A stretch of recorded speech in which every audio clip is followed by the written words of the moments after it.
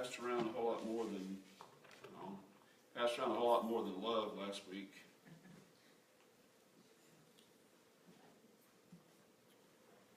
Those of you who caught the creeping crud and who haven't quite got over the creeping crud, which is actually the flu. Y'all were diagnosed with the flu, correct? Not just, yeah, it's the real thing. And I had friends of mine who had all the flu shots and still got the flu. And then you find out that the flu shot only covers 60% of the viruses that are out there. And you go, okay, so why did I take this? Why did I endure a shot? Today I want to begin a kind of a mini-series within the series. And that is those miraculous events that Jesus performed in and around the Sea of Galilee. Actually, I started last week, but it was unbeknownst to all of us. The Sea of Galilee, which is a lake more or less the size, water surface-wise, the same size as Lake Livingston. In fact, Lake Livingston is larger in surface area than the Sea of Galilee. The Sea of Galilee seems large if you've ever been there, simply because it's round. So to see across the thing would be like seeing from the dam, perhaps even further than the I-190 bridge. So it's round, so it gives an effect. And actually, they called it a sea. It's called lake by those who invade them. It's called a sea by the Jews because they didn't get on the ocean. If you notice, the only time anybody ever gets in a boat, it's like Jonah. You realize that Jonah is one of the few people who gets in a boat. And Paul, when he gets in a boat, what happens with him? The Jews didn't get on the Mediterranean Sea, nevertheless. They weren't into that. They stayed away from the ocean, but they got on their little sea, which is where they fished. So much trade was happening around the Sea of Galilee that it was where most people lived in the north. So being that Jesus' ministry, of course, would have to focus there because that's where the people are. And he does everything in the world there. And I have a little short list, and this is not comprehensive by any means, of the stuff that went on there just within the scripture itself. The Sermon on the Mount, the healing of the demoniac, which is across the ocean of the sea, the calling of several different disciples, many seaside sermons that aren't necessarily listed, but many of them are, feeding of the 5,000 and the feeding of the 4,000, plus many other events, and this is another one of those things. He walks on the water, on that water. The fishermen are called when he calls Peter, James, and John, and eventually, of course, the first of that group was Andrew. All happened on that little piece of water. So it's extremely important as a location for us to learn about and to understand for that reason. But you have to also understand, which is a whole lot having to do with the text today, that it was, though a great amount of livelihood was brought from it, because of the way it's situated, it was very dangerous. And dangerous when they fished. Now, what isn't always spoken about, but many times you'll see, if you catch a fishing scene from the disciples, is they do it at nighttime. That's because the fish that they caught come to the surface at nighttime.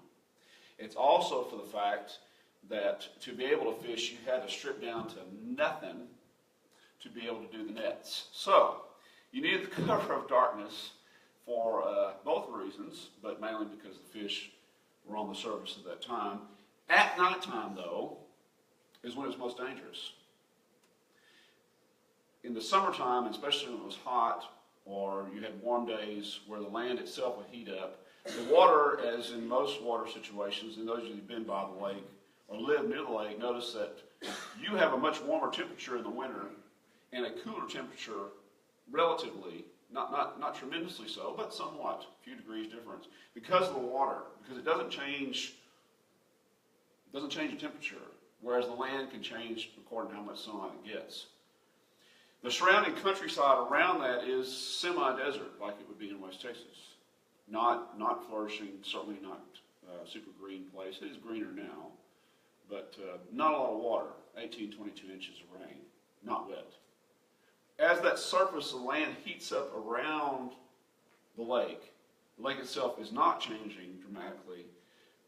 When the sun goes down, the lake becomes quickly warmer than the surrounding property. So that there's a temperature change from the lake to the land. The problem is this: the lake is below sea level, and the land rises way above sea level. So as the land air cools, the water surface temperature and the air over the top of that is still warm because it doesn't change. It rises. You create a vacuum. All the air off the land flows over to the ocean. No big deal, except for the fact that it has nowhere else to go. And sometimes, and that's the case that we have today, that wind is very violent as it replaces the warm air as it rises over the lake. If you'll turn with me, we're going to be in the book of Luke. Not going to be in John today. John does not cover this miracle. He's the only one out of the four Gospels who does not speak about this. Why, I don't know, because he was most likely there, but he decided it was not on his list. Luke chapter 8.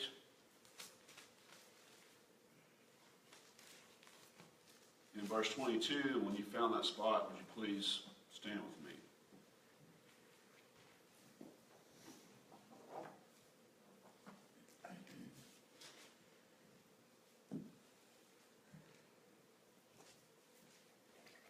It says, now one of those days, Jesus and his disciples got into a boat, and he said to them, let us go over to the other side of the lake.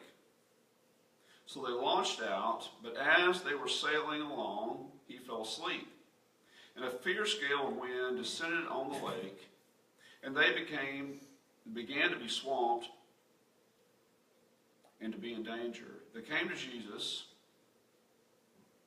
and woke him, saying, Master, Master, we are perishing. He got up and rebuked the wind and the surging waves, and they stopped, and it became calm.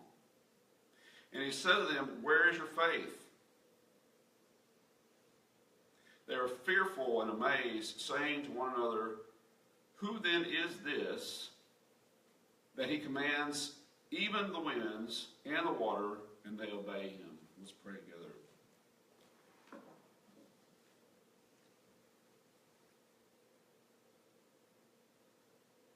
Father, there's many a storm that we face, and this miracle illustrates so many things concerning that. That you have the power over everything. This being a physical storm, this being something that wind is created and all those other kind of things, God. Though we may not be personally in that kind of danger, we find ourselves in danger of many a storm of life, whether it be financial or physical or emotional trials and many things, God, that come our way. Teach us about your place in that.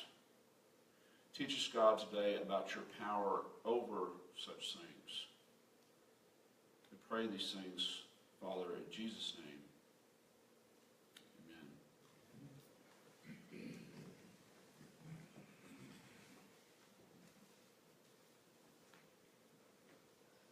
First thing I'd like for us to learn about this in illustration is that storms are ultimately inevitable. Now, the Sea of Galilee, as I told you, it was a place where everyone lived, especially in the north, or wanted to go to, or fished, or bought and sold. And so they knew about how this thing was. It is not just on occasionally that it does this. It has this kind of inversion all the time. Sometimes it's worse than others. But it was something that's constant, that you could expect. You could plan on. If you're out on the ocean, on that sea at night, which, again, it's hard for me to say sea when I know it's not much bigger than a lake, Livingston. But for them, a sea. The danger of this happening was good, especially in the warmer months, which is almost about the same as what we have. You have 9 warmer months and 3 cooler months. You don't really have a winter necessarily. You have warm time and you have a cooler time. And you have super hot times, of course, over there as well. Their storms were inevitable. They happened. You could plan on them. Especially the individuals who lived and worked on that. They knew this is what happens. They knew these are the things that happen. Let's read the verses one more time. It says, those days Jesus, his disciples got into a boat, and he said to them, let's go over to the other side of the lake. So they launched out. As they were sailing along, he fell asleep, and a fierce gale of wind descended on the lake. This is not with clouds. This is not with thunder and lightning. This is just a wind that comes up, pours down onto the lake off the surrounding countryside. Happens all the time. The problem with this one was that it was unbelievably violent. Look at what it says one more time. They began to be swamped and to be in danger, and they came to Jesus and were saying, and woke him and saying, Master, Master, we are perishing. Now, what I need to point out here is something very interesting that should not be overlooked in any way. These are his disciples, and most likely at this point, as we can look at all different versions from every angle, this is the 12, at least. Matthew version says there was other boats along with them. So were they all on one boat? I don't know. But they're all on the lake. And at least the 12. That would include a specific 4 individuals. Andrew, Peter, James, and John, who were notoriously known as fishermen. That was their sale. That was their livelihood. That was their income. That was everything. And it all happened on this lake. Every bit of it. You didn't sail on this Dead Sea. You didn't sail on the Mediterranean. You didn't gather anything from any of those places. If you got fish and you were a fisherman, you fished on the Sea of Galilee. And it was all for the little sardines like we talked about last week. Other fish, there were a couple other fish that they could eat, but the majority, which were catfish, you didn't eat. You threw them back. But you had to catch these sardines, which came to the surface, somewhat like sardines, at nighttime. Thus they would catch them. Thus they were out on the lake all the time when the potential for the storms to arise occurred. My point is this. They'd probably seen many storms. Those 4 dudes alone. Now, we could neglect the other 12, or the other, whatever the math is, 8. We could discount their experiences. You can't discount Peter, James, John, and Andrew. Peter, James, John, and Andrew are in the group who say we're dying. That's significant. That's very significant. These aren't unseasoned non-veterans. These are the seasoned veterans who say, by all accounts, they're probably men in their 30s. They were raised on the water with their dad. That's how you did things. They didn't just show up one day and do it for a year. These are guys who've been on this lake for a long time. They say we're dead. They say we're dead. That means this is not just any storm. This is an unbelievable storm. Powerful storm. Something that the seasoned veterans say, this is it. Now, when you've been with people, and sometimes you're with individuals who you're in different situations, and they can give you confidence because of the fact that they've been in that place, and they know this is how it goes, and you're going to be okay. And something about that comforts you, comforts me. It does. When something's going on in my life, and you have someone who sees that situation and comes alongside you, and says, I've been in that situation, and this is how you're going to get through it, and this is how it's going to work, and you're going to be just fine. Whether it does or not, you have a whole lot more peace because you know someone who's been through it. Now imagine the other 8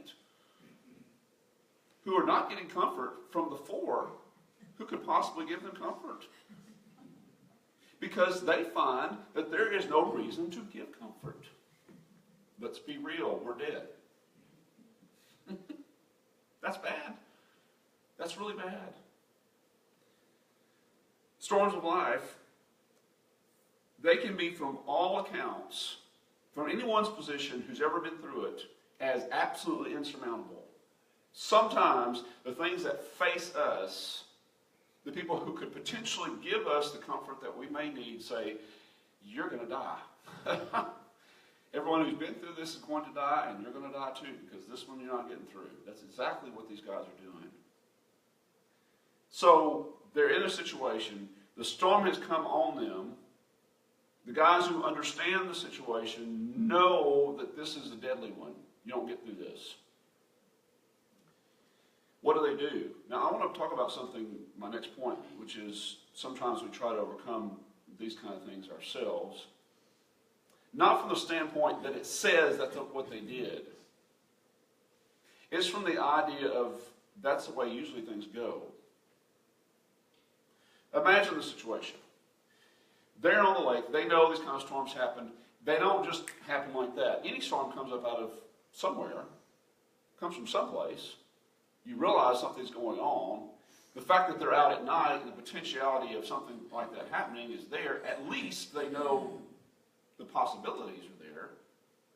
They begin to feel the wind. Doesn't mean the wind came up all of a sudden. It may have. It may have come from nowhere and blasted on them and been huge waves. It doesn't say one way or the other.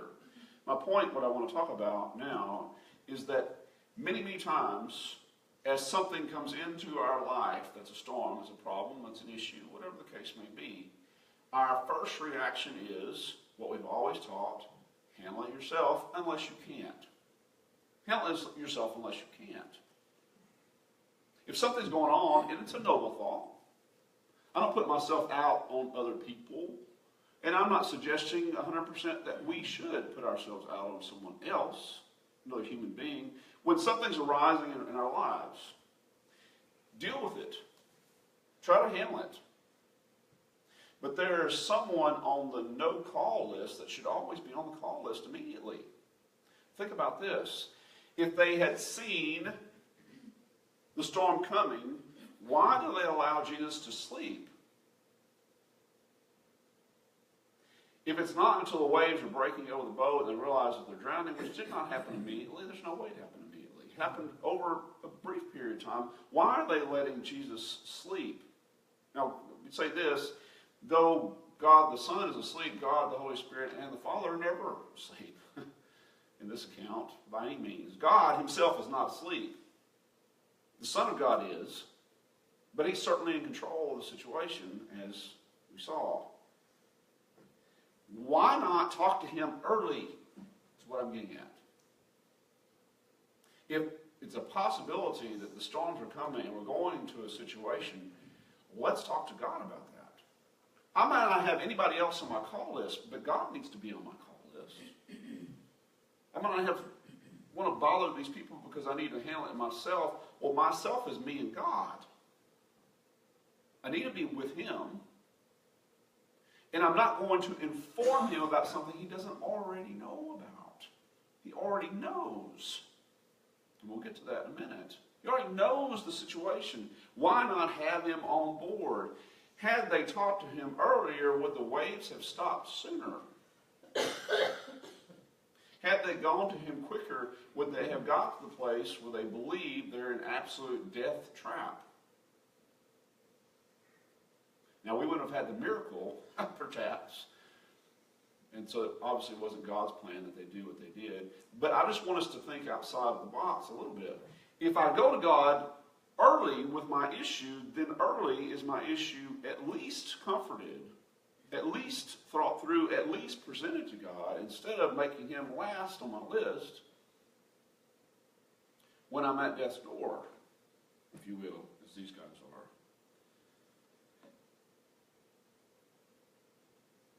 Is a human tendency to try to deal with whatever is thrown at us.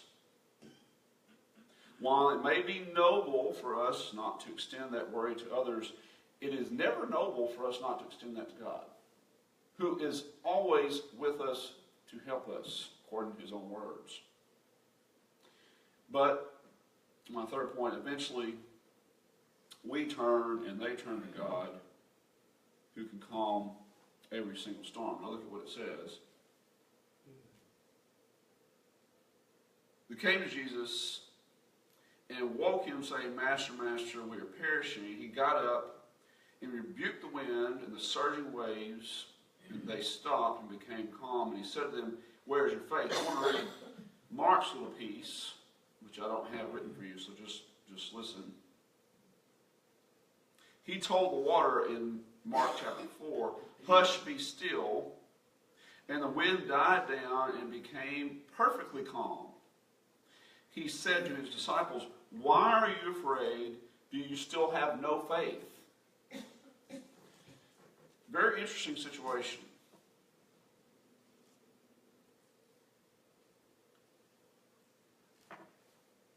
And I want to ask this question up front, and this is mainly for those in our listening audience outside of this.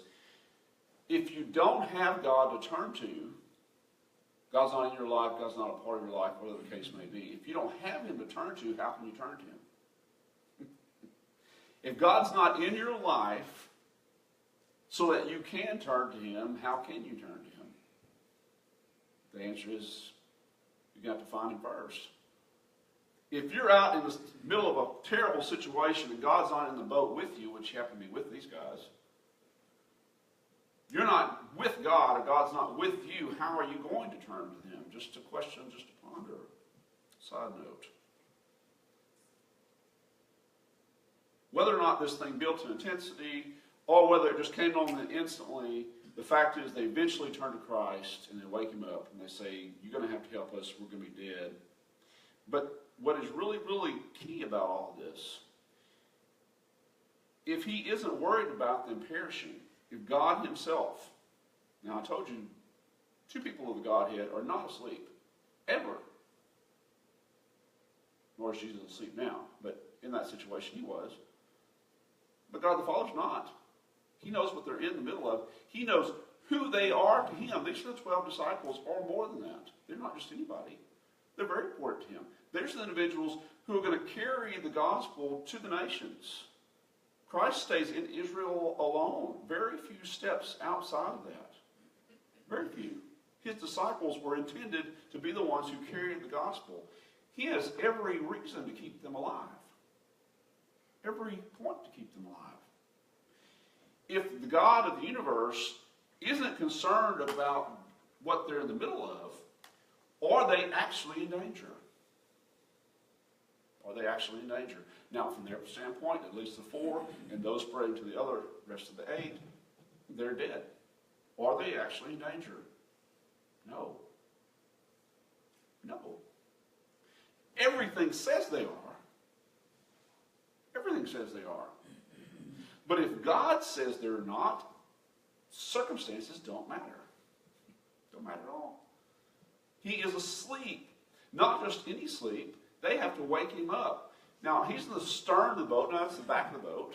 The bow's in the front, the stern's in the back. Most likely, if they're seafaring guys, this is what you did. If the waves are coming at you, you turn the bow of the boat into the waves so that you're not hit broadside. Because if you hit broadside, it's much easier to roll over from the waves. So most likely they did. Doesn't say they did or didn't. But just common knowledge, they would face it into it. So he's in the back. There's less waves back there. But the guy's running around a boat which was about 25 feet long, by the way. And boat-shaped. Didn't have more likely a back end, a transom like we would have for a motor or any of that. It was this long, wedged on both ends shaped boat, about 25 feet long. You can't escape the situation. He's slipping through the mayhem that they're living through. Absolutely, totally knocked out. Not concerned. Now, he is concerned, but not concerned with the situation as far as whether it's life or death. It's not life or death. It's not life or death. My point is this.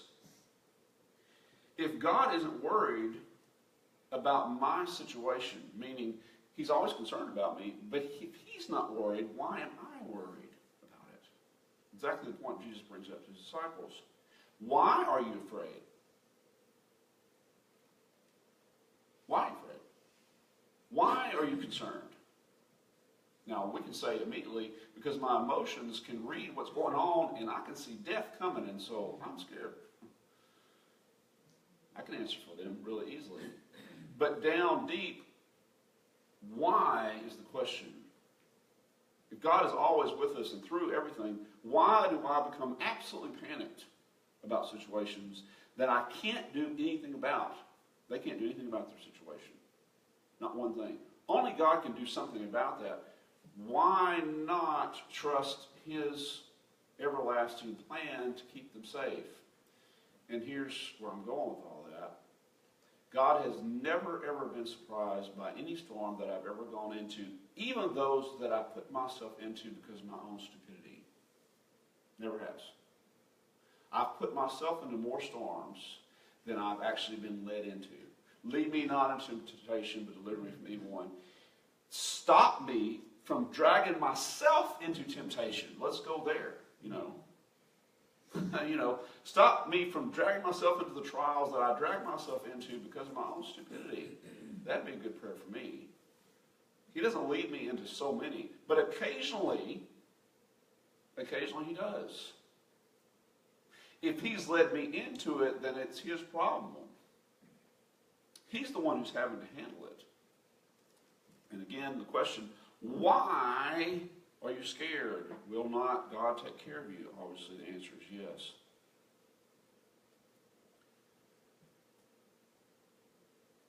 And then, of course, what I need to talk about, which is sometimes more painful than everything else, and that is, He is with us through the whole thing. He's with them through the whole thing, my last point. Look at verse 22, and it's actually in another version, the same in the book of Mark. It says essentially the same thing. On one of those days, Jesus and His disciples got into a boat, and He said to them, "Let us go over to the other side of the lake." It says the same thing in Mark, essentially. Matthew doesn't mention Jesus speaking about it all, just so they got in the boat and headed out. But Mark says almost exactly the same thing, which is the testimony of Peter, by the way. Mark is considered to be the gospel of Peter, or according to Peter. So the guy who was in the boat, they both say, Jesus is the one who asked us to cross the lake. That's very disturbing, because if God knows everything, then He knew that the storm was coming. Lead me not into temptation, but deliver me from the evil one. I don't want to go into that. But yet sometimes, and many times, it's my own fault, but sometimes it's not. God leads us into it. God takes us there. That's the path. The path to them, for them to get to the other side, wherever they're going, is through the lake, through the storm. That's the goal. And that can be very disturbing, very unsettling, unless you realize that the whole time, Jesus is the one who led them in it. Jesus went with them in the middle of it. He was not disturbed by the situation at all. So therefore, they were not in danger of death. And when they asked Him to, He took care of it. Just like that. Now, those who've been through many a storm, and at this point, I know many of you have, not every storm is taken care of the way you want taken care of. Not every storm do we feel like we survived from. It was painful. I had loss. There were things I didn't want to happen that did happen. But God was with me through it the whole time. What's the point? He didn't necessarily save us from the situation. Doesn't necessarily. From the disciples' standpoint, they had trauma to deal with. They came out with their lives in the boats that they had, and I don't know if they had fish or whatever they had. They came out of it alive. But the pain of the trauma of near death, and those who know better about the lake saying, we're going to die, impacts deeply. Yet, God was with them the whole time. God told them, it's okay. God took care of the situation. God is with us. He promises to be with us. He promises to handle the situation. It usually is not exactly the way I like it, though. This is the way I like a trial. I never know I'm in it, and I come out of it never knowing anything happened. That's my perfect trial. Guess what? There's not a trial out there that does that. There's not one. There's always something that is an effect of it. And this is what affected them. They would have never known these things. I'm going to say these things to you. They would have never known that God is all-powerful over every event and circumstance, including the weather. That's the only time that they get to experience God's power over weather. You don't see it anywhere else. Don't see it. How could they have learned the experience unless they've been in the experience? You can't learn anything that you haven't gone through. You can learn about it. Now, I can learn about, okay, God's going to calm the seas when I'm in the middle of the ocean, and he can rebuke the waves. I'm not going to put myself in a situation where that can happen.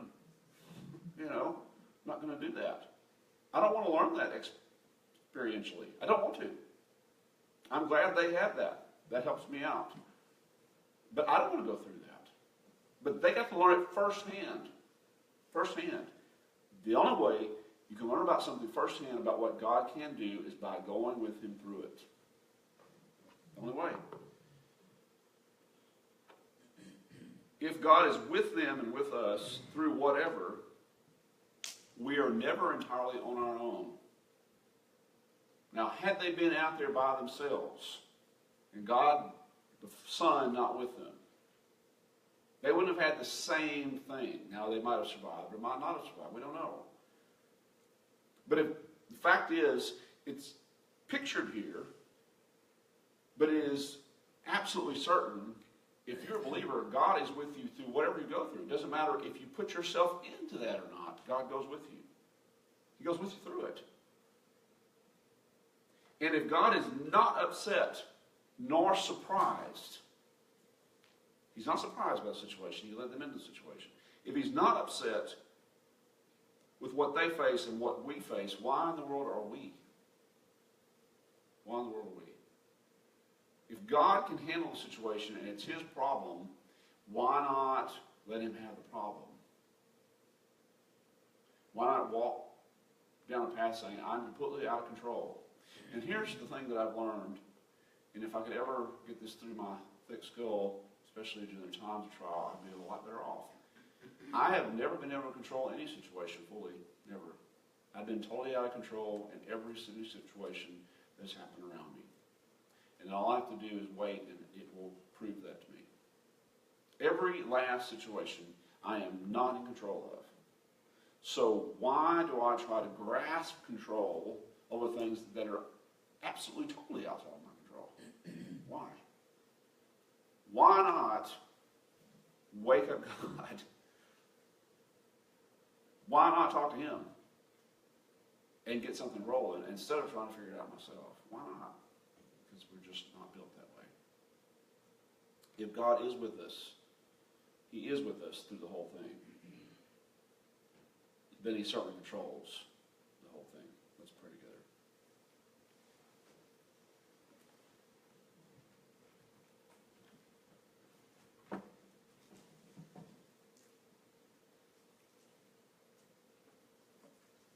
I don't ever care to be in a situation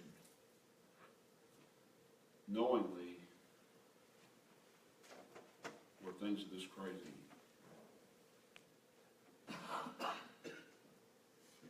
But yet, as we walk through life, we find ourselves in that place. Well, the storm that we face in life seems insurmountable, where every last gauge, every last reading that we can take on it means that it's going to be bad. in every way. Yet you are with us. You say you'll never leave us nor forsake us. You say that you're the same yesterday, today, and forever.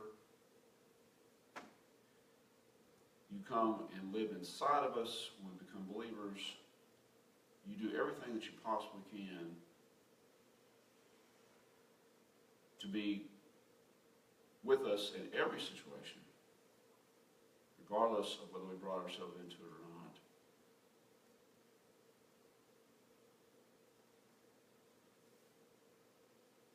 If we will but trust that you've got the handle on it, because we don't have the handle on it. They've been through many a storm and many a time they've sailed a boat, and yet this time their capabilities were outpaced.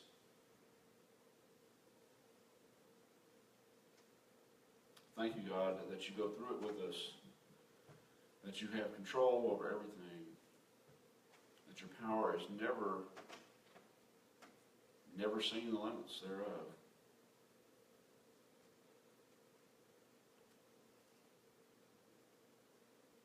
God, that we would put our trust in you early, so that the storm that we're going into, we can face with much more confidence. All these things, God, we ask.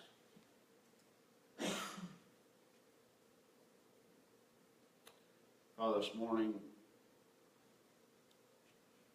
we also observe the memorial service for the death of your Son. The fact that you could die nowhere else but on a tree escaped the disciples as they crossed that lake. But we, from this vantage point, see your death and what that death meant to us and to them. That is the covering blood for the sins that we've committed. The atoning sacrifice for the very fact